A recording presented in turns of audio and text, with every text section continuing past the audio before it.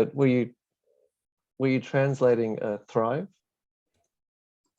Oh, thank you so much. Translating thrive. Yeah. Oh, thank you so much.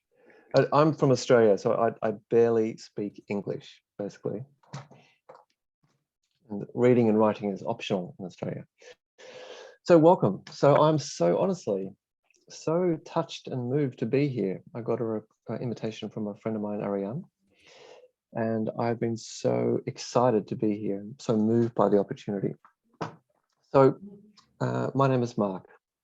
I'm originally from Melbourne, Australia.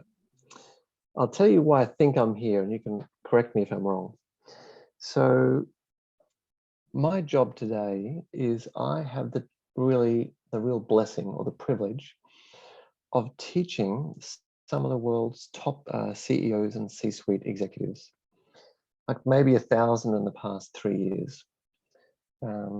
They come to me and the company I work for because they know what success is, and they are looking for better ways to harness their internal capacity and genius. So I know nothing about any of their industries. I know nothing about technology or startups, but many of them have thrived during chaos or thrived when times are really, really, really tough. So I want to share with you pretty much everything I know in roughly an hour. I invite you to, and we'll do some practices, we'll do some breakouts, and we'll also do some practices. Like what I teach is what's called experiential learning, which is giving people an experience so they can do stuff.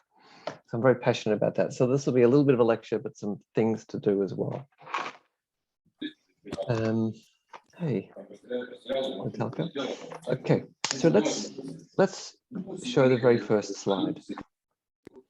And by the way, I'm supported by my amazing assistant Yanavi, who I asked her like an hour before, and instantly she said, "Of course I'll support." So chaos. What is chaos? Chaos is not being uncomfortable. Chaos is not uncertainty. Chaos is an extreme form of those. Chaos, I define it as the highly productive, rare opportunity set to make money. It's truly remarkable. So why? Let's go to the next slide. Why is that? Because chaos disrupts everything. And in that chaos, opportunities exist. In chaos, there's unprecedented I'm just mindful that unprecedented may not be that familiar to you, but rare, like a rare once in a lifetime opportunity to launch something, create something, build something, sell something, and pivot to what's more profitable. It's truly, with the right principles, it can go from terrifying to what a remarkable opportunity. I'm going to show you how. Let's go to the next slide.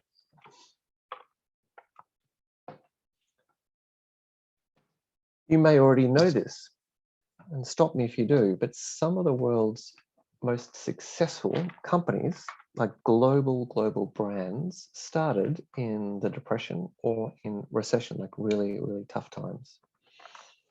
What are they? Let's go forward to the next slide. Why is that?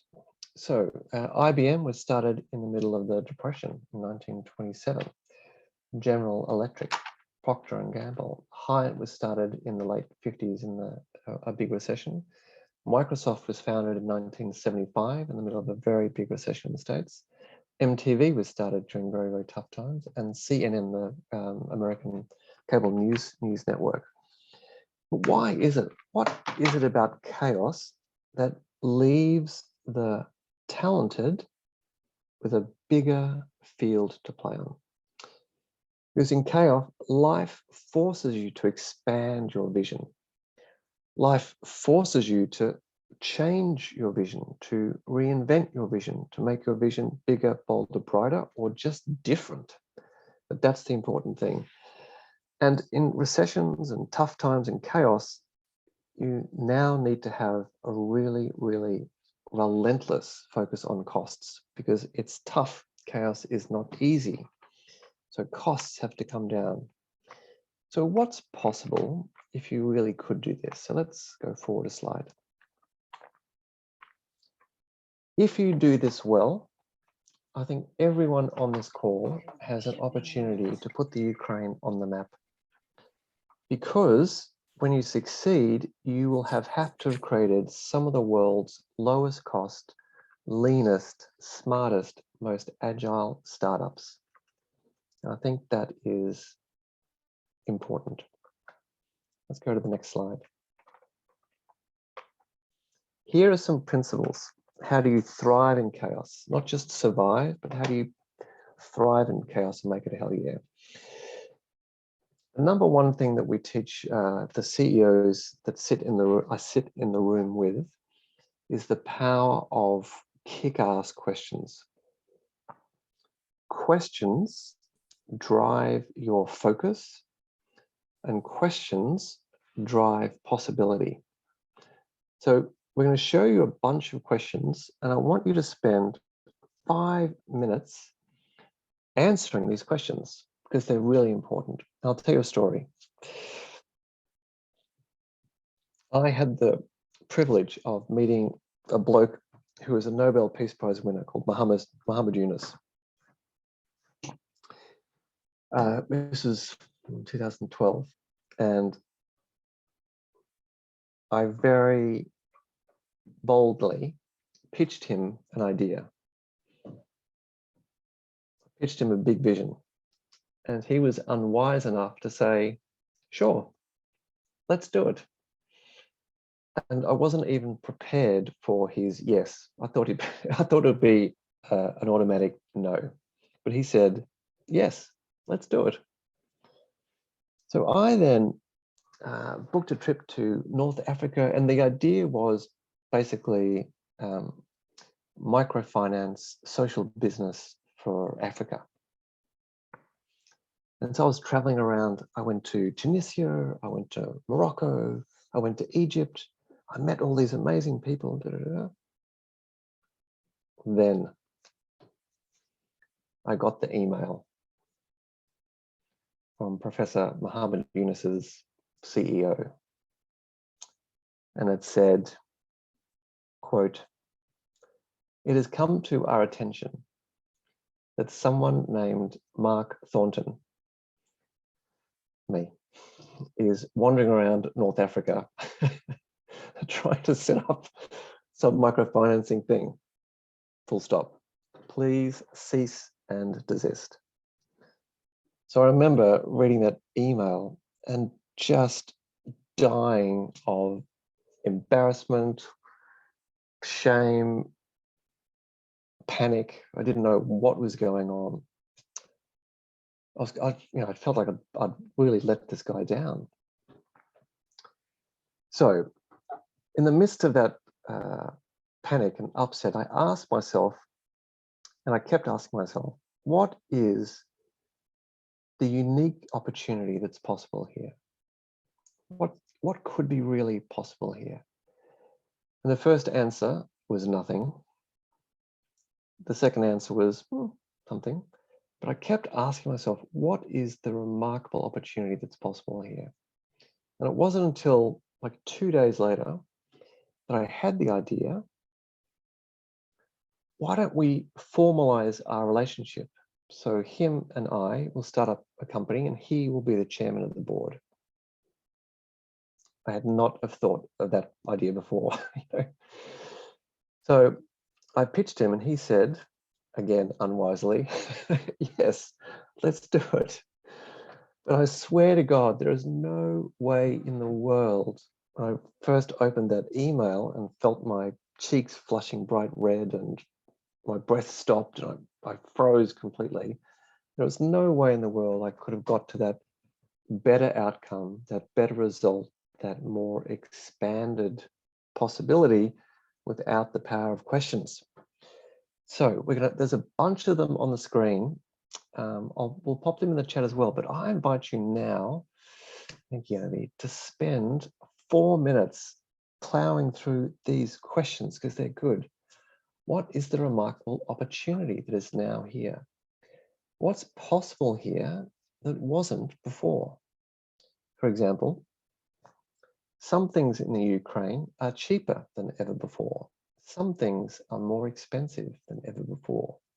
What's the opportunity that's there? How could, it should be this, how could this be an extraordinary gift? How could this really tough challenge, funding's harder, sales are lower, how could that be an extraordinary gift for you? What if this experience was designed by life for you to learn? What, and my spelling's terrible, I'm sorry. What if life is for you and not against you?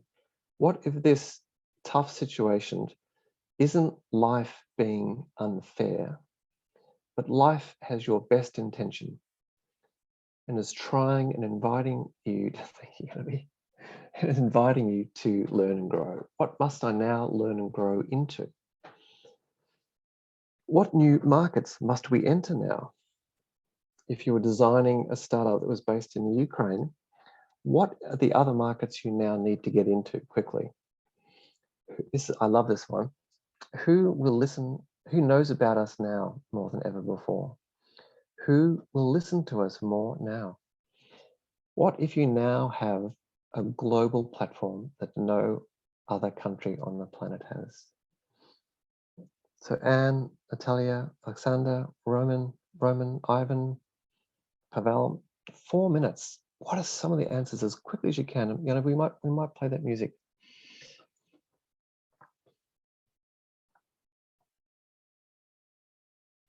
How do you thrive in chaos? You start by asking kick-ass questions that no one else is asking.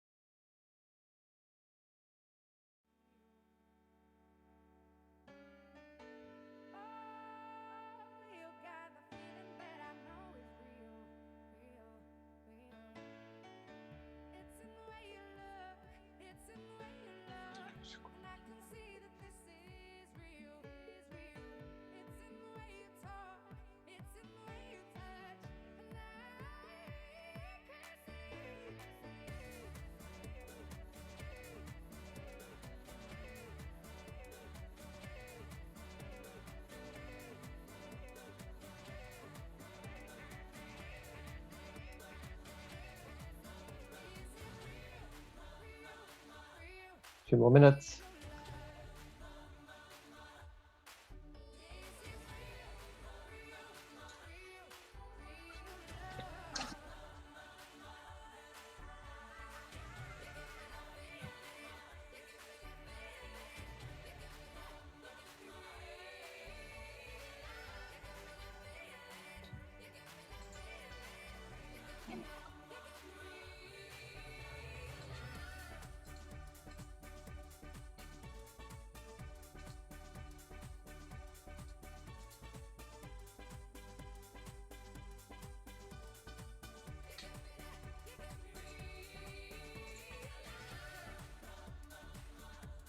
One more minute.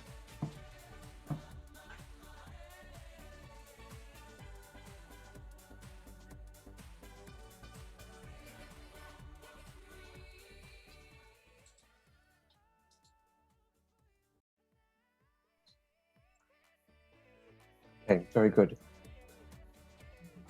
So I invite you to keep this list. This is important. The answer doesn't come once. You don't ask the question once and the answer comes. Keep repeating it, keep repeating, keep asking. It's like I use it as a bit of a mantra to get me out of the freak out of having upset a Nobel Peace Prize winner, basically. It was only on day 2 that the answers started to really come, like really come. So let's go to the next slide. So in chaos, and with the Ukraine, the world truly wants to help. It really does, but it often doesn't know how. So let's go to the next slide. So I want to show you a photo. This is my garage.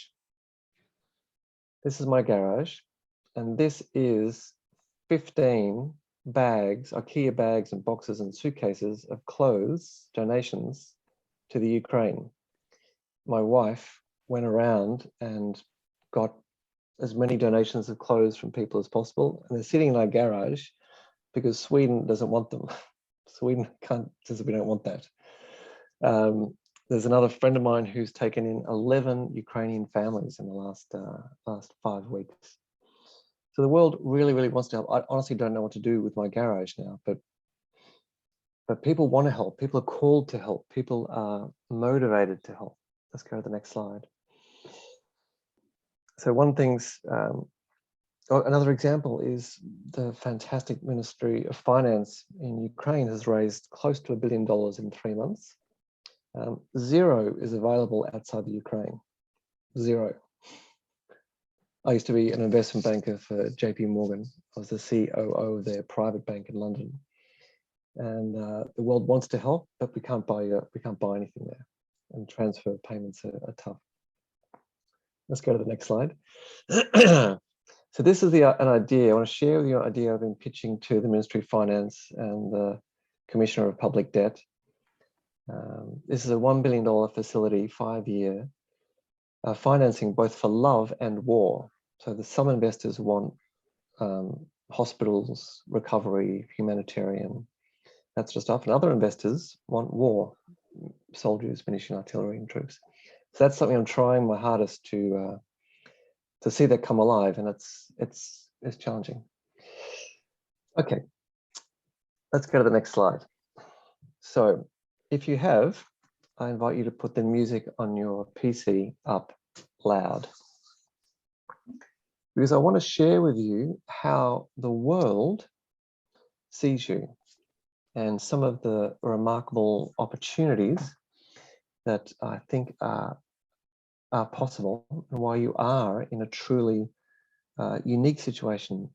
So this is really my sense of how the world sees you, and I'm sharing this with you as a way to both inspire you, but also to really communicate that Ukraine has an opportunity like no other. You dominate our news cycle every single day. We are kind of obsessed with the Ukraine, and this is how we see you. And this is why I think if Ukraine is becoming a global brand, then for startups, I think there's an enormous amount that's possible. So let's play the song. So put the music up loud, and if you want to dance, then please do.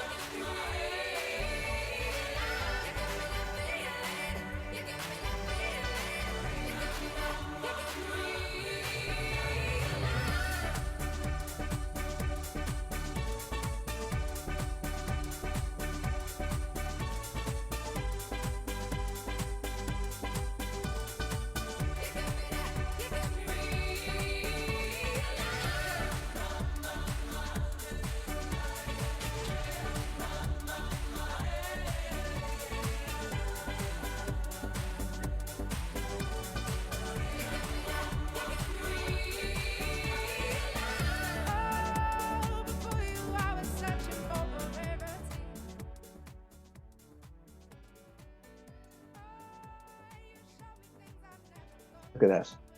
Wow. So truly, let's go to the next slide. So you folks, honestly, can reach out to, you can call anyone in the world. I think you can now make requests, just like I did to a Nobel Peace Prize winner, that you could never ever make before. Just want to share some quick thoughts. If Lift 99 was to reach out to the Bill and Melinda Gates Foundation and ask for funding, I'm sure they would get an audience. I'm sure you folks as a community could reach out to the top 10 incubators in the world and ask for funding. I'm sure you could invite some of the Swedish tech entrepreneurs to provide financing or funding. I think you guys can reach out to people that you've never met before, and they'll take your call. I think it's truly a real opportunity for you. It took me exactly half a second before I said yes to this invitation to come and spend time with you. It took Yanavi less time to say, yes, we want to help, we want to do stuff. So, but I don't want it to be like the clothes in my garage. I want it to be like stuff that actually works for you. So here's a bunch of other principles, and I'll open up for you guys to share what you would like. Let's go to the next slide. So one thing that happens under teams, just the context, if you're looking at creating massive profit and revenue, we kind of know this, it starts with the team. So team, if you hold your fingers, if your hands up, 10 individuals coming together, this is team. But what happens to your team under chaos is it starts to fracture and threaten it, and it comes apart again.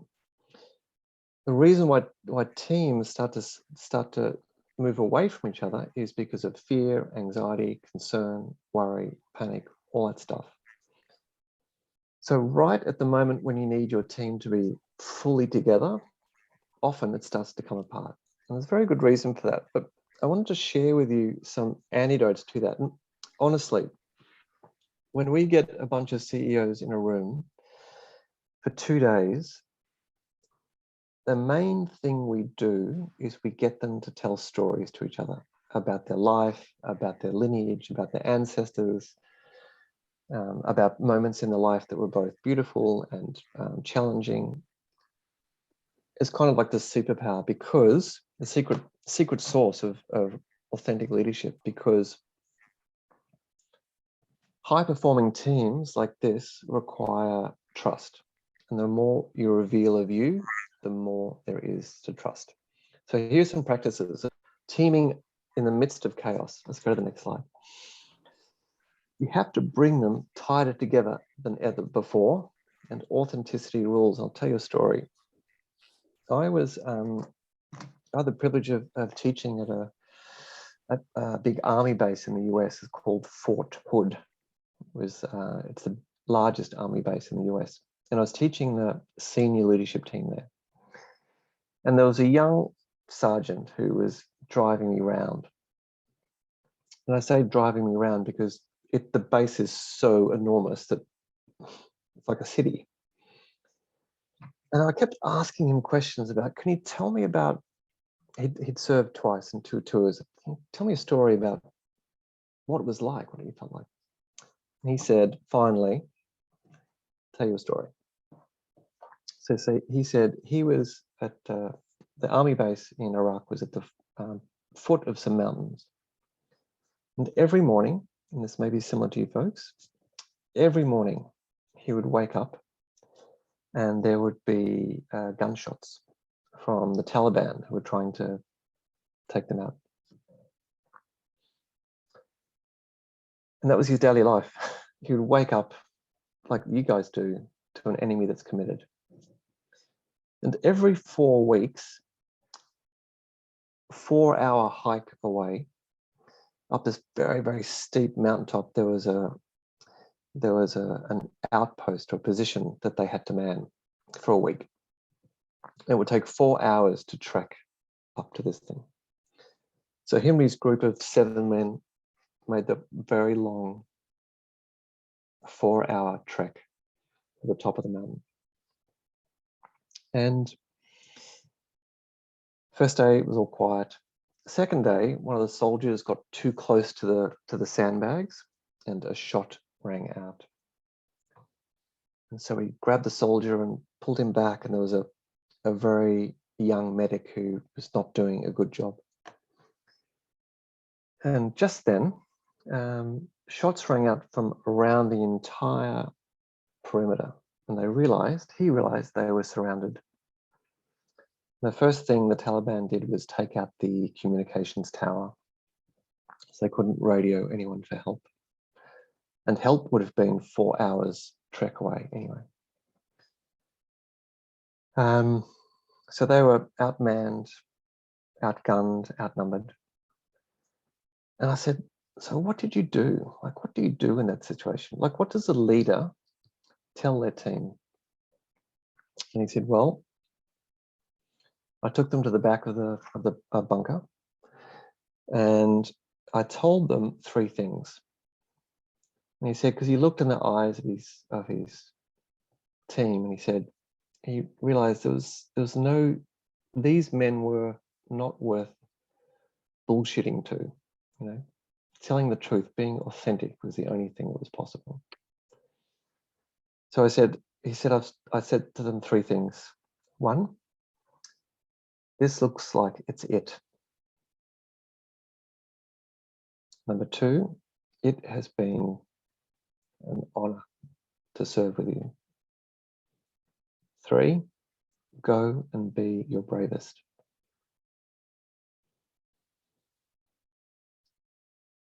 So they went out and they fought like crazy. And about an hour later, a French fighter jet was buzzing the area just for fun and took some small fire. They turned around and dropped some bombs, and they survived. But I mention that because leadership of a team in chaos requires radical authenticity. This looks like it's it. It's been an honor to serve with you. Go and be your bravest. He wasn't trying to sugarcoat. He wasn't trying to make it nice. He wasn't talking about the flag or liberty or anything like that. He was really saying the way it is. So authenticity is really important. 2 other things are really important to building a kick-ass team in the midst of chaos. And we're going to get you folks to practice them. Let's go to the next slide. The first one is celebrate 3 times more than you normally would. Small things, minor things, small wins, brave first steps, successful, safe to fail experiments, but celebrate those small wins. Not in big, rave parties, but just find somewhere, 30 seconds, we're going to celebrate this. It brings the team together when you need it the most. The other thing is to appreciate 3 times more than you would normally. Celebrate 3 times more and appreciate 3 times more, because it will create the atmosphere for a high-performing team. A team that can thrive in the midst of chaos. So you folks are going to get to practice. So you're going to go into a breakout, and I want you to practice the leadership skill during chaos of appreciating something or celebrating something. So you'll go into a breakout, then for 90 seconds each, the person with the longest hair will go first. Yulia, that's going to be you, and Anna, very sad, is going to be you. So longest haired person goes first for 90 seconds, and then you'll get a message to switch, and the other person, the short haired person, then celebrates or appreciates. So you can do either. You can celebrate something, you can appreciate something. You can appreciate something about you can appreciate something in life, celebrate something, appreciate something. For 90 seconds, time starts now.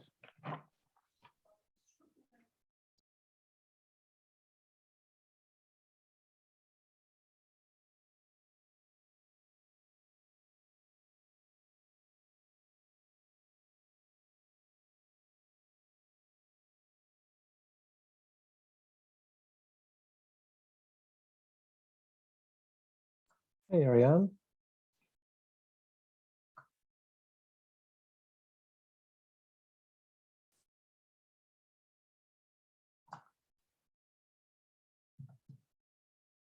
363 Mac, would you like to go into a breakout? We have a few people coming in and out.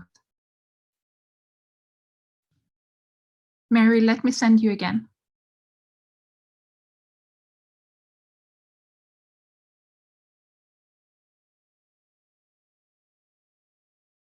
Svetlana, I'll send you again as well.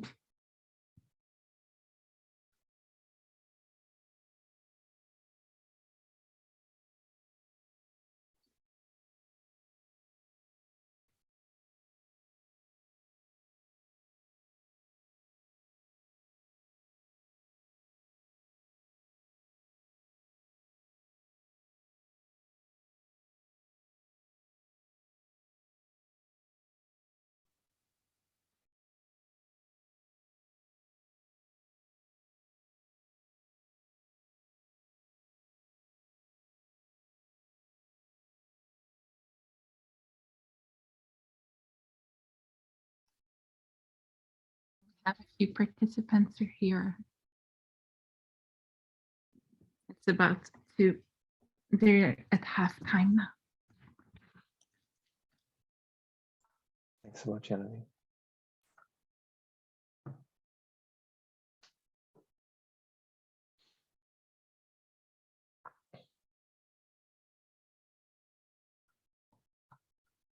Clearly could not have done this without you, Janani.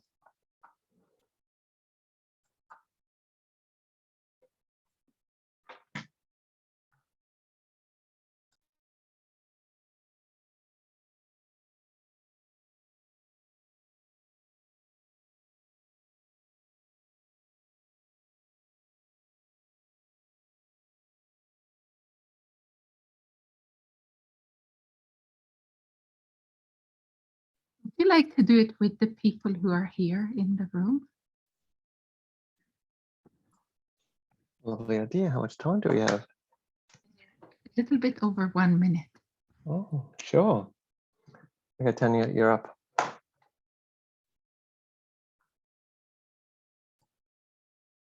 Oh, hey, Ariane. Hey, love.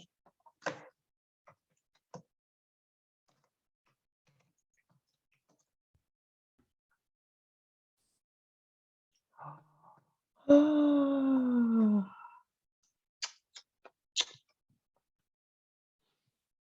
hey, my love. How are you?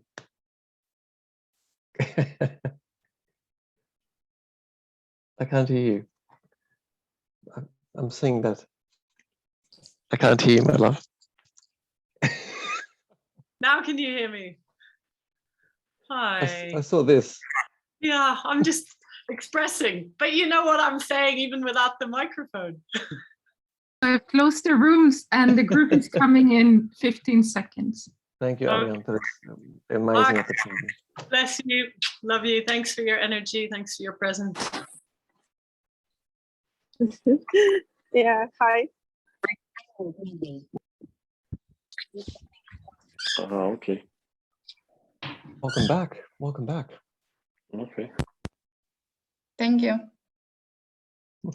How was it? What did we notice? What shifted in you as you were appreciating and celebrating something?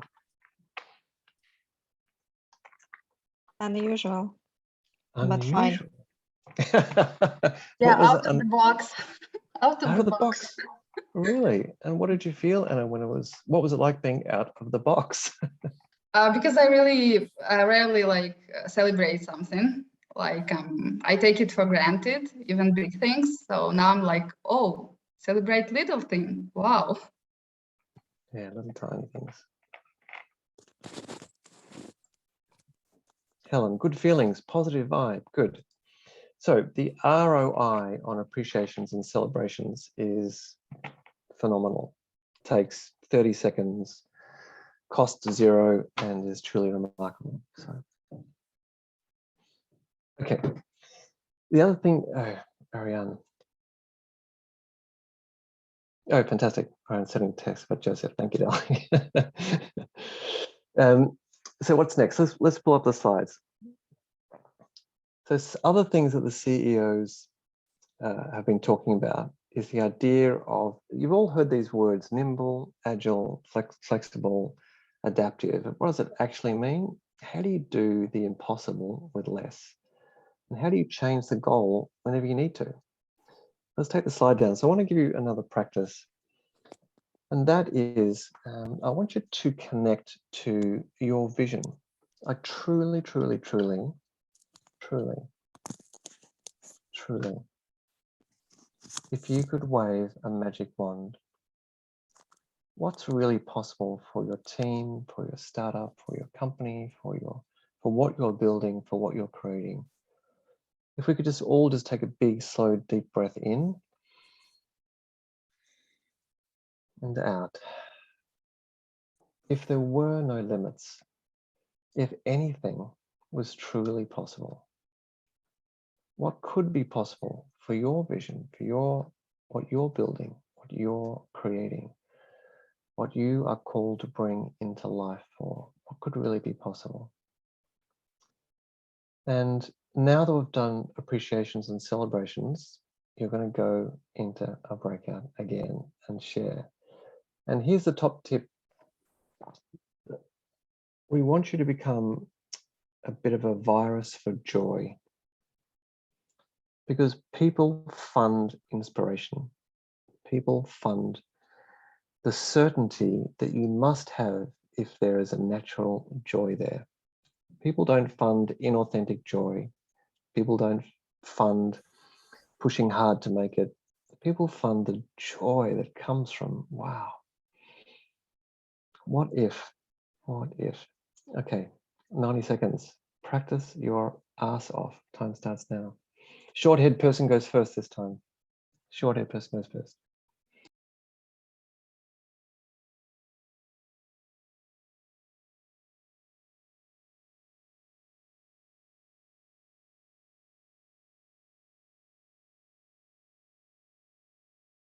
One left. Awesome. Ariane, come back on. I want to talk to you. I want to see you again.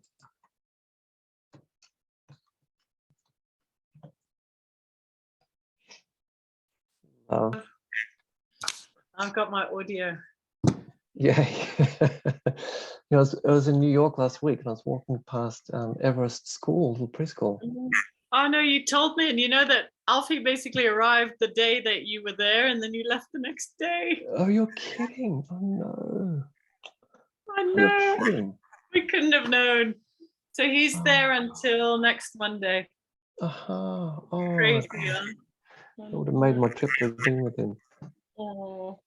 God. So, I mean, Mark, I haven't seen you in 4 years. Yeah, 3-4 years. Amazing, huh? How old? So hold on, son is 3 or 4? He's 3 years and 3 months. Okay, so it's 3 years, because I saw him when he was a baby before you guys left. Please come and visit. Yeah, we'd like to. We really would. I'm going to show you my little place where you'll be staying. Thanks. Oh, There's a little bedroom in there. lovely. And that's the Wow. Wow. That's the archipelago. Okay. And I know Charlotte just turns anything into such a sanctuary and a home. So Yeah, exactly. please send her my love. Please send her a big hug. Of course, come visit. Enough's enough. That was lovely. I've got Everest outside walking the dog. I'm making food for him.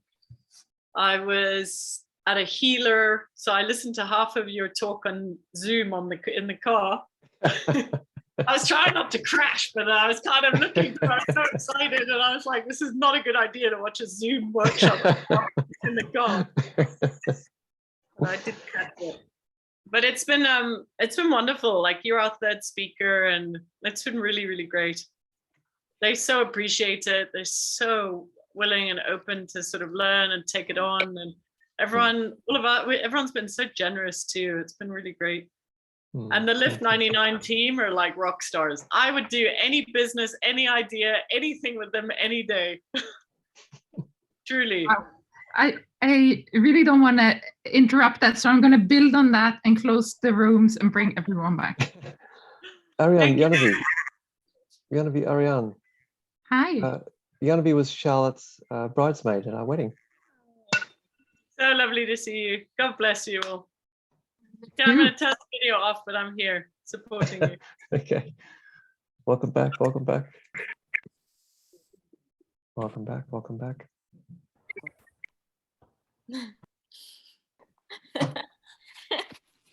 Julia, why are you laughing? Is that authentic joy? Seems good.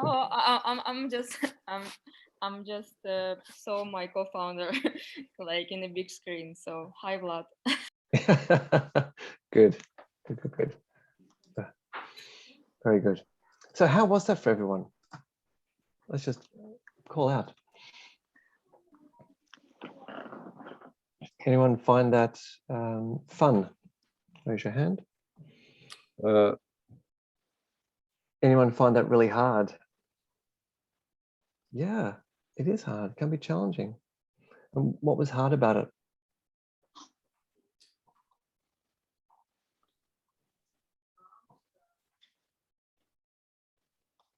I can share actually for me it's still hard, just because the energy level mainly. So, you know, when this kind of terrible things are happening, so I know that I have this ration understanding of what vision I should have, but it's still emotionally, it's really hard for me to understand and to put my energy there for the next step when this kind of like things and events are happening around. So that's more about energy level for me. Yeah, absolutely, Anna. Thank you for that. So how do you be a vision holder in the midst of chaos? Because it's different. It requires a different power, a different groundedness, and a different focus. Here are some things that have worked really well, and I get this from reading from Mahatma Gandhi and Martin Luther King, who are in extremely big visions, like enormous visions, trying to create something that had never happened before, and in very tough, challenging times. So visions need to be watered, and the vision you have today may very well change tomorrow.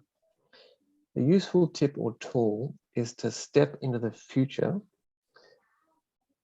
and to really imagine with all of your 5 senses, what would you be seeing when your vision is complete?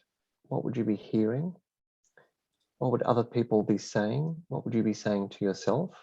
What would you be tasting, smelling, connecting with? What would you be feeling right in that moment? So if you look at Martin Luther King's speech, I Have a Dream, there are almost no facts in that speech, and there's no how-to.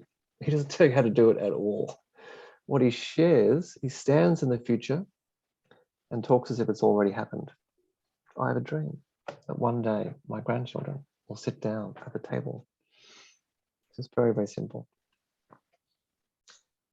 The other power of visions in chaos is it requires more nurture, more focus, more reminding of. Every day, I set myself a vision and I really look at ways, I keep reminding myself of that vision again and again and again. And my vision isn't about a how-to. So I have a vision of, for example, I have a vision of my relationship with my wife. I have a vision with my business, but not the how-to. And that's important because your vision creates energy, Anna, and your team rests in the vision that you hold for them. Your team can never outrun the vision you have for them. It's really important that your vision, and there's 3 words to know if you're sharing a vision versus a project or an initiative or a target. So a vision is something that touches, moves, and inspires you, first of all. So a vision has to touch, move, or inspire you. And then when you're sharing it, it has to touch, move, and inspire other people. If you're not touching, moving, and inspiring someone, you're sharing a target or a project or another initiative. And people don't fund that. People fund visions. They have the certainty of joy to them. Anna, how is that? Anna Mazur, brackets, happy Monday. Yep, thanks. I do understand and I feel this part of what it brings, but but for me it's still hard to like settle something for myself. You know, it's more about like I know what I will have after I will have it, but how to set it for myself in this kind of like daily things and daily news, that's what is challenging. Yeah, absolutely, and that is true. Some tips that I use every day is I see my desk and my room the way an advertising executive would see it. How much money would someone pay to have their product on my desk or on my wall, something I see all the time? So I have flip charts with the amount of money I want to make in the next 12 months. I have sayings, I have inspiring things surrounded. So every time I look up, I'm touching on something that is calling me into deeper vision, that is inviting me into a space of more creativity.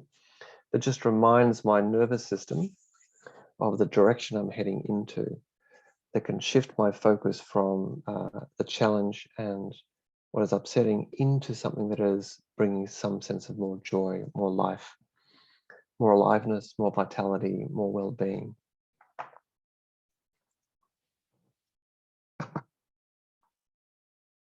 Okay. Thank you. Hard. Thank you. Other thoughts, other questions, because it is hard sharing a vision. It really is. Any other thoughts?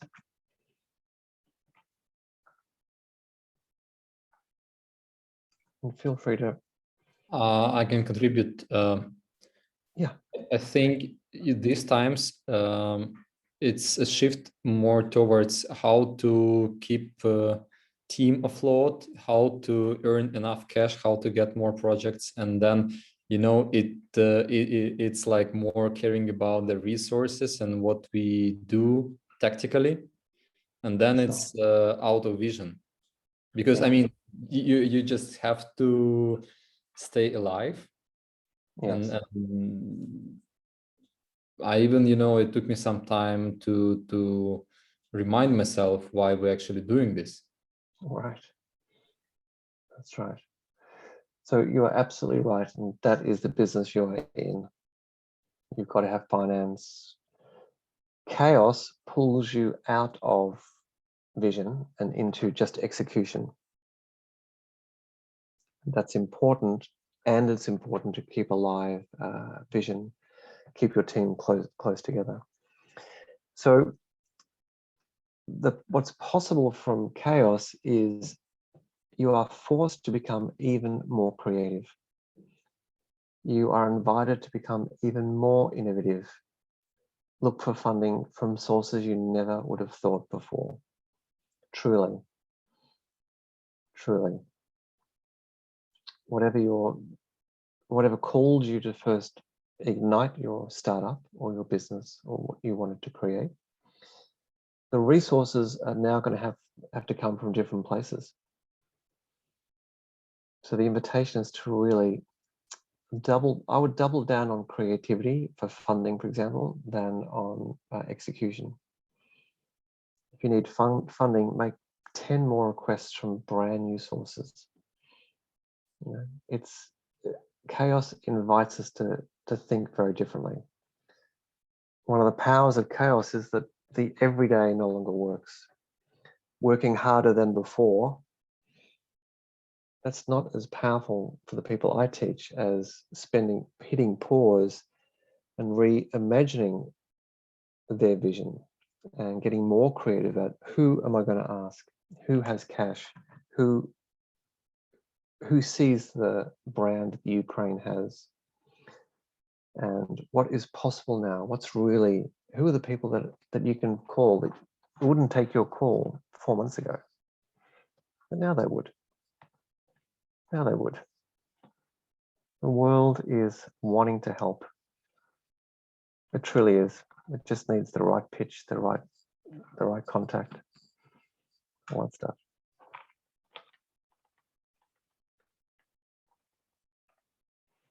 Okay, I wanted to pause and open up for other questions, other comments, other concerns. We have 30 minutes left, and I have one more exercise, and that is for you folks to, as a way to wrap up this before Q&A, is to just remind yourself or invite yourself to think about what's one or two things that I am thinking about differently now. What's one or two approaches, ideas that have touched you or moved you or inspired you in this session? It can be very, very small, can be very big, can be medium. You get to choose. So you're going to go into a breakout, 90 seconds each. Choose who goes first. But as a way to make this session come alive in some way, share with your partner for 90 seconds what's one or two things that have touched you, moved you, or inspired you, to get your head out from crisis into that thriving in some way. It's important. 90 seconds, you can get to choose short hair, long hair. Whoever goes first, goes first.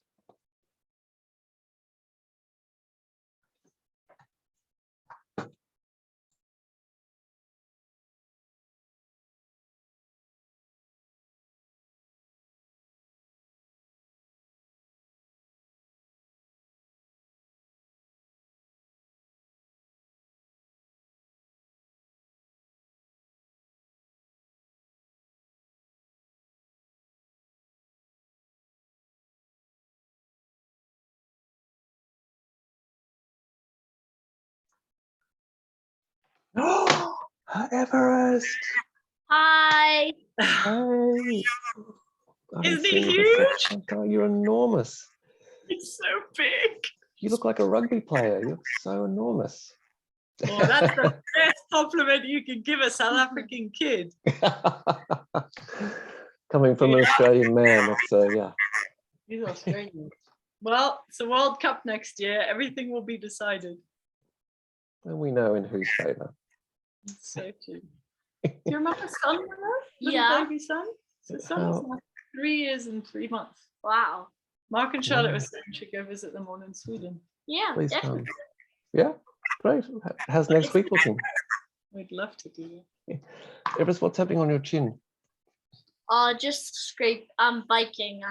Biking accidents, skiing accidents, trampoline accidents. He's just an 8-year-old boy, like just fully bashed up, making the most of life. Yeah. About celebrating. Yeah. Big stuff, small stuff, difficult stuff, just always finding a way to celebrate.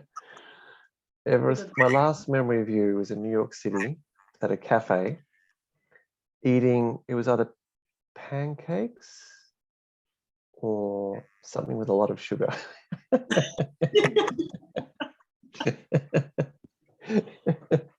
That's funny. Yeah. And I went past your school, Everest, and in New York City last week.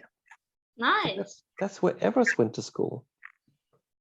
Yes, 87. Yep. That's where we had your birthday one year. You guys came. Oh, in the park, and it was raining. Yeah. In the big park. Charlotte had like 5 presents. They were all amazing. That's right, and we played chasey. That's right. Yeah, and we played like pin the tail on the donkey and the sack races and. That's right. That's right. That's right. On the park. Yeah, beautiful. It's a sunny day. That's right. I remember. Oh. Speaking to all the startups and entrepreneurs from Ukraine this week. Do you remember I did it, and then Joseph did it last week. We watched a little bit of that. Now we get to experience Mark. Now I'm bringing them back, and you can meet them all in about 10 seconds. Thank you. Yeah. Okay. Aaron, have you met Yanavi before? Have I what? You met Yanavi before? I have not. No. Oh, she's awesome. No. Amazing. Healer, genius, light worker. May go off mute. Okay, welcome back. Welcome back. Very good. So, a final thing to wrap up. The reason we do these crazy things in the midst of chaos is because the most powerful point of intervention, the most intelligent intervention is with you. You can appreciate more, you can celebrate more, you can ask the powerful questions, you can innovate more. It's all up to you. So we do these things which seems to take us away from, from the execution but it's extremely high value. It's the only way to really thrive in chaos. So I want to pause there. The next 28 minutes is over to you. What are the questions you have? What do you want to know? If anything's too hard, I'll invite Ariane to answer it.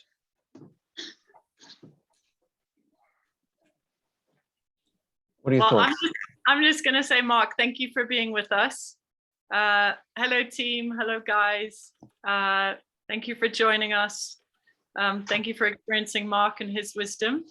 This is my son, Everest. Hi. He also, we pray for you. We set intentions for all of you. You know, the kids nowadays, they're trying to understand what's going on. But Mark, thank you for your wisdom. Thank you for,